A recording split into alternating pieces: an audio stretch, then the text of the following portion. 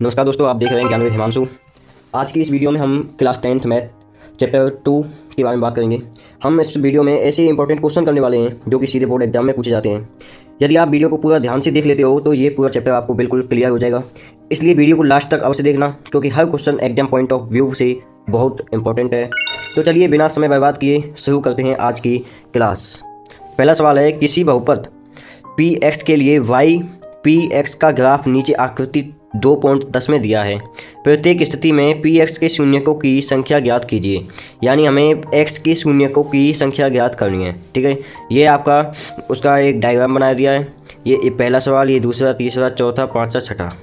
पहले सवाल में देखें तो इसने कहा है कि जो x है ना, तो इसके शून्यकों की संख्या ज्ञात करनी है। तो इसमें जो शून्यक हैं इस वाले क्वेश्चन में, यानी कि फर्स्ट के पहले में जो शून्यकों की संख्या है वह है आपके शून्य।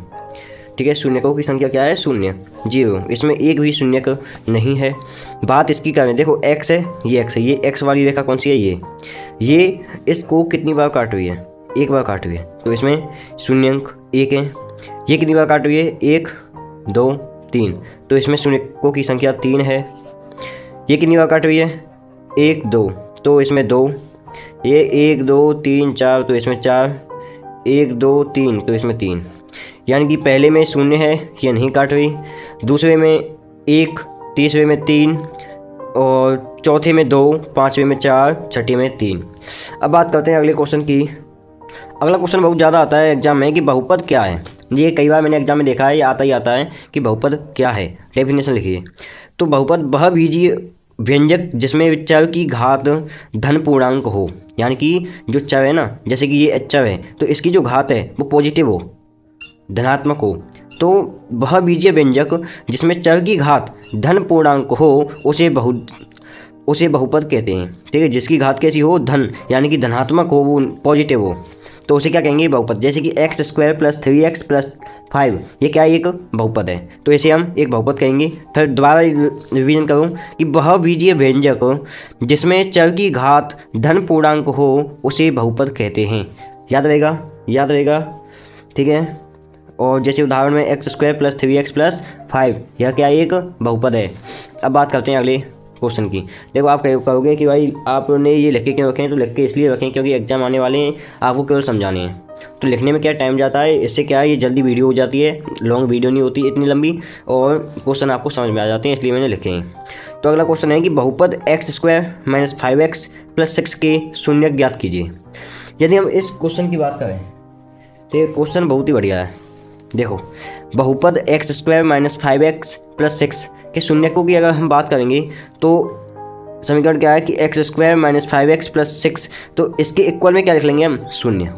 शून्य लिख लेंगे। अब 5 के ऐसे हम भाग करेंगे जिसको जोड़ने पर तो 5 ही आए। ठीक है, जैसे जोड़ने पर 5 आए, ज़्यादा जाए नहीं। ठीक है, यानी कि 6 के ऐसे गुणनखंड करेंगे जिससे कि क्या है, x², यानी कि ये 6 से ज़्यादा ना जाए बस। तो हम 6 के गुणनखंड कर लेंगे, 2 और 3।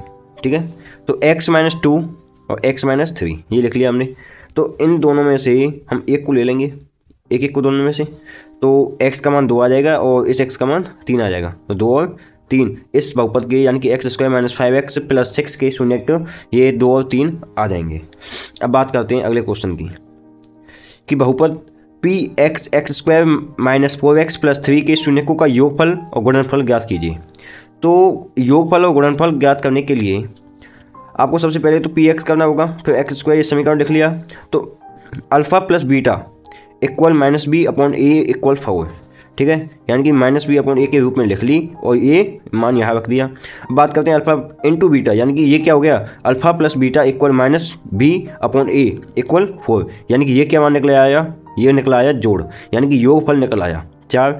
और a × β, यानी कि α × β = c/a, ये 3 हो गया। ठीक है, तो ये क्या निकल आया आपका? ये निकल आया गुणनफल। तो गुणनफल क्या हो जाएगा? 3, योगफल क्या हो जाएगा? 4। अब बात करते हैं अगले क्वेश्चन की। यदि बहुपद x² + 7x + k के शून्यकों का गुणनफल 10 है तो k का मान ज्ञात कीजिए। देखो, α β = k, ठीक है। जो अल्फ़ा बीटा हैं ये क्या है के, तो इनका मान के समान है और के का मान 10 है, तो के का मान क्या हो जाएगा 10। अब बात करते हैं अगले क्वेश्चन की। क्वेश्चन नंबर 5, भागफल ज्ञात कीजिए किसके, x Q minus 3x² plus 5x-3 और भाग x-1। ये क्या है, समीकरण है। इसका हमें क्या ज्ञात करना है, भागफल ज्ञात करना है। भागफल ज्ञात करने के लिए सबसे पहले हम x का मान कुछ रखेंगे, तो x इक्वल यदि हम 1 रखें तो ये पूरा समीकरण हो गया। तो पूरे समीकरण में जहाँ जहाँ x है उस x का मान क्या रख देंगे 1। तो यहाँ एक्स क्यू था तो 1 क्यू, और ये x² था तो 1 स्क्वायर, यहाँ 5x-3 था तो 5 × 1² - 3, यहाँ x-1 था तो 1 - 1। तो अतः x-1 एक गुणनखंड है।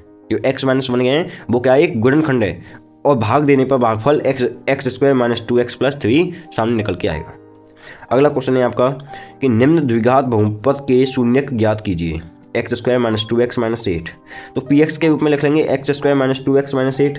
अब हम इसके ऐसे गुणनखंड करेंगे, इसके ऐसे डिवीजन करेंगे जिसको जोड़ने पर ज़्यादा न जाए, जोड़ने पर ज़्यादा नहीं जाए। ऐसे कौन से, तो x² तो 4 रख लेंगे, ठीक है। 4x + 2x - 8, ठीक है। तो x-4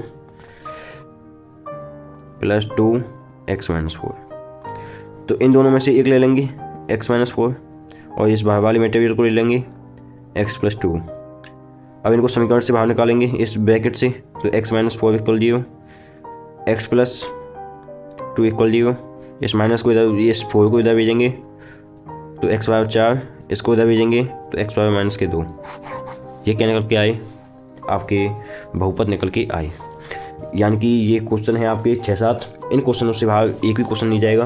तो दोस्तों आज की इस वीडियो में हमने चैप्टर 2 के बहुत इंपॉर्टेंट क्वेश्चन पूरे डिटेल में समझ लिए। अगर आपको वीडियो अच्छी लगी हो तो इसे लाइक, चैनल को सब्सक्राइब और बेल आइकन दबा दें, ताकि अगली सभी क्लासेज आपको समय पर मिलती रहें। मिलते हैं अगली वीडियो में, तब तक के लिए अपनी तैयारी में लगे रहिए। धन्यवाद।